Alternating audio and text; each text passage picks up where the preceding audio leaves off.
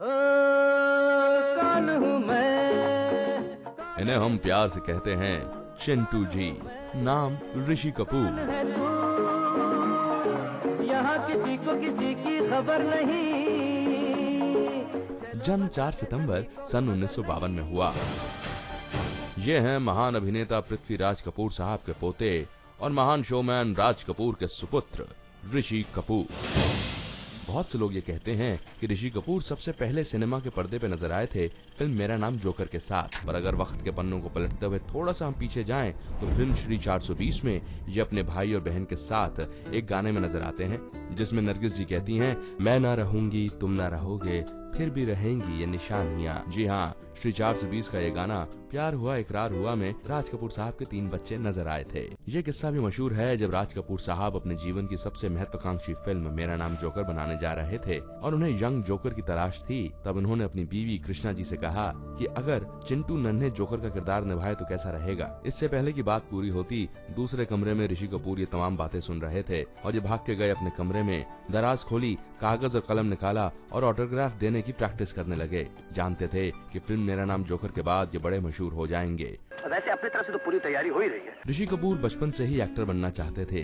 ये बात उनके चाचा शशि कपूर ने कई बार बयां की है कि नन्हा चिंटू अक्सर आईने में अपने आप को देखता, कभी हंसता कभी रोता और ये नोट करता कि हंसते हुए और रोते हुए मेरे एक्सप्रेशंस कैसे आते हैं, मेरे चेहरे पे भाव कैसे आते हैं।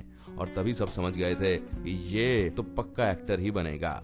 मेरा नाम जोकर बॉक्स ऑफिस पर वो कमाल न दिखा पाए जिसकी उम्मीद की जा रही थी। इस फिल्म ने राज कपूर साहब का दिल तोड़ दिया था और तब राज कपूर साहब ने अपने फिल्म के राइटर्स के अब्बास और बीपी साठे से कहा, हमें एक जबरदस्त फिल्म बनानी होगी। मेरा नाम जोकर का जो पहला हिस्सा है उसी पे आधारित एक कहानी लिखो और उस फिल्म का हीरो होगा चिंटू, बोले तो ऋषि कपूर। ये टीनेज लव स्टोरी क्या कमाल करने वाली है इसका अंदाजा किसी को भी नहीं था। डिम्पल कपाड़िया और ऋषि कपूर दोनों साथ में नजर आए और बॉबी ने वो कमाल कर दिखाया जिसने सबको हैरान कर दिया। एक बात और गौर करने लायक है वो ये कि ऋषि कपूर साहब को मिमिक करना बड़ा कठिन है, उनकी नकल उतारना आसान नहीं। हर बड़े एक्टर की नकल उतारी जा सकती है, लेकिन ऋषि कपूर अपने आप में ऐसे ओरिजिनल एक्टर हैं कि उन्हें कॉपी करना बहुत कठिन। यह बात सही है कि फिल्म बॉबी में शैलेंद्र सिंह साहब ऋषि कपूर की आवाज बन के आए, लेकिन उसके बाद किशोर कुमार और रफी साहब ने भी बड़े अच्छे गाने इनके लिए गाए। गुमसुम सी खोई खोई जैसे हो बुत कोई, बोलो क्या सोच रही हो, अरे क्या सोच रही हो। यूं तो ऋषि कपूर साहब की जोड़ी सभी हीरोइंस के साथ खूब चमकी, लेकिन नीतू सिंह के साथ एक अलग ही मामला रहा। दोनों सिल्वर स्क्रीन पर आते तो साफ लगता कि ये एक दूसरे के लिए ही बने हैं। और जब इनका प्रेम संबंध परवान चढ़ रहा था तब ऋषि कपूर साहब ने नीतू जी से पूछा कि शादी वगैरह नहीं करनी है क्या। और तब नीतू जी ने जवाब दिया था, शादी तो करूं पर किससे। और तब ये मामला एंगेजमेंट तक पहुंचा और फिर शादी हुई।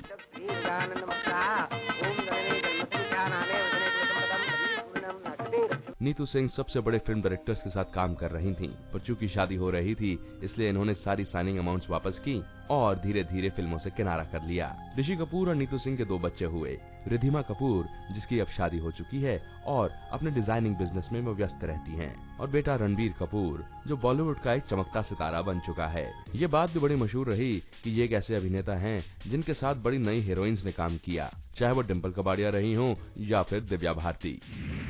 1999 तक आते आते ऋषि कपूर ने निर्देशन भी संभाल लिया। फिल्म थी आ अब लौट चलें, जिसमें ऐश्वर्या राय और अक्षय खन्ना मुख्य भूमिकाओं में थे। इस फिल्म को डायरेक्ट करने के बाद इन्होंने फिर डायरेक्शन में हाथ नहीं लगाया, पर हाँ, बड़ी जबरदस्त फिल्मों में बतौर चरित्र अभिनेता ये नजर आने लगे, जैसे कि हम तुम, कुछ खट्टी कुछ मीठी, और फिर नीतू जी के साथ ही कमबैक किया फिल्म 2 दूनी 4 में। ये फिल्म बहुत पसंद की गई। चिंटू जी कपूर खानदान के इकलौते ऐसे अभिनेता हैं जिन्होंने राज कपूर के डायरेक्शन में भी काम किया, रणधीर कपूर के डायरेक्शन में भी काम किया और सबसे छोटे भाई राजीव कपूर के डायरेक्शन में भी काम किया। मतलब मेरा नाम जोकर हो या फिर हो हैना या फिर प्रेम ग्रंथ। ये बात भी मशहूर रही कि मेरा नाम जोकर के बाद ऋषि कपूर को नेशनल अवार्ड दिया गया था बेस्ट चाइल्ड आर्टिस्ट का। हालांकि चिंटू जी ने हमेशा ये कहा कि ये वो वक्त था जब ये 14-15 साल के हो गए थे और बच्चे रह नहीं गए थे, फिर भी अवार्ड मिला तो खुशी हुई। ये बात भी बड़ा हंसाती है कि भाई ऋषि कपूर साहब ने अपने बच्चों का कोई निकनेम नहीं रखा और इनका नाम चिंटू कैसे पड़ा। बात दरअसल यूं रही, जब चिंटू जी और डब्बू जी दोनों ही बहुत छोटे थे और डब्बू जी बोले तो रणधीर कपूर साहब ने स्कूल जाना ही शुरू किया था, तब एक पहेली इनके सामने आई। पहेली थी, छोटे से चिंटू मियाँ लंबी सी पूंछ, जहाँ जाए चिंटू मियाँ वहाँ जाए पूंछ। अब इसका मतलब था सुई और धागा। बस ये लफ्ज चिंटू डब्बू जी की जुबान पे ऐसा चढ़ा कि अपने छोटे भाई का नाम चिंटू ही रख दिया। लिहाजा बड़े होने पर ऋषि कपूर ने यह फैसला कर लिया कि मैं अपने बच्चों का कोई निकनेम नहीं रखूंगा। ऋषि कपूर एक ऐसे अभिनेता हैं जिन्होंने भारतीय फिल्मों का इतिहास बनते देखा है, हर एक रूप बदलते देखा है।